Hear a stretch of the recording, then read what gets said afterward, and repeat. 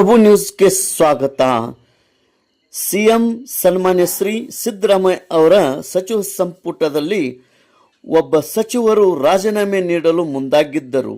ಆದರೆ ಇದಕ್ಕೆ ಸಿದ್ದರಾಮಯ್ಯ ಆಕ್ಷೇಪಿಸಿದ್ದು, ಯಾವುದೇ ಕಾರಣಕ್ಕೂ ರಾಜೀನಾಮೆ ನೀಡಬೇಡಿ, ಇಂಥ ಸಂದರ್ಭದಲ್ಲಿ ನೀವು ರಾಜೀನಾಮೆ ನೀಡಿದರೆ ಜನರಕ್ಕೆ ಸರ್ಕಾರ ಬಗ್ಗೆ ತಪ್ಪು ಸಂದೇಶ ಹೋಗುತ್ತದೆ ಎಂದು ಸಲಹೆ ನೀಡಿದ್ದಾರೆ.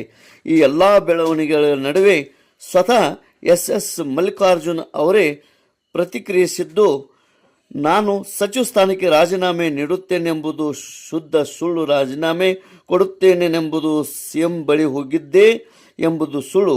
ಈ ವಿಚಾರಣೆಯಾಗಿ ಸಿಎಂ ಸಿದ್ದರಾಮಯ್ಯನವರೇ ಸ್ಪಷ್ಟಪಡಿಸಿದ್ದಾರೆ ಎಂದು ಹೇಳಿದರು.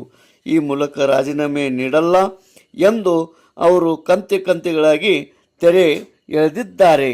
ಸಿಎಂ ಸಿದ್ದರಾಮಯ್ಯ ಅವರ ಎದುರು ತೋಟಗಾರಿಕೆ ಮತ್ತು ಗಣಿ ಭೂ ವಿಜ್ಞಾನ ಇಲಾಖೆ ಸಚಿವ ಸನ್ಮಾನ್ಯ ಶ್ರೀ ಎಸ್ ಮಲ್ಲಿಕಾರ್ಜುನ್ ಅವರು ಸಚಿವ ಸ್ಥಾನಕ್ಕೆ ರಾಜೀನಾಮೆ ಪ್ರಸ್ತಾಪನೆ ಇಟ್ಟಿದ್ದಾರೆ ಎನ್ನಲಾಗಿದೆ.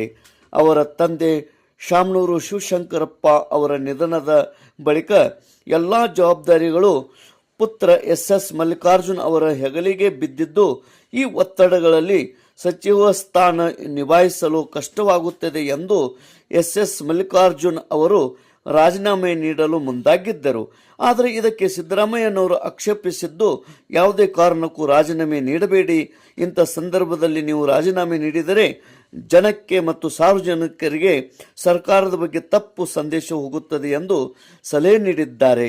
ಹೀಗಾಗಿ ಎಸ್ ಮಲ್ಲಿಕಾರ್ಜುನ್ ಇವರು ತಮ್ಮ ರಾಜೀನಾಮೆ ಹಿಂಪಡೆದಿದ್ದಾರೆ ಅಥವಾ ರಾಜೀನಾಮೆ ನೀಡುವ ವಿಚಾರ ಹಿಂಪಡೆದಿರುತ್ತಾರೆ.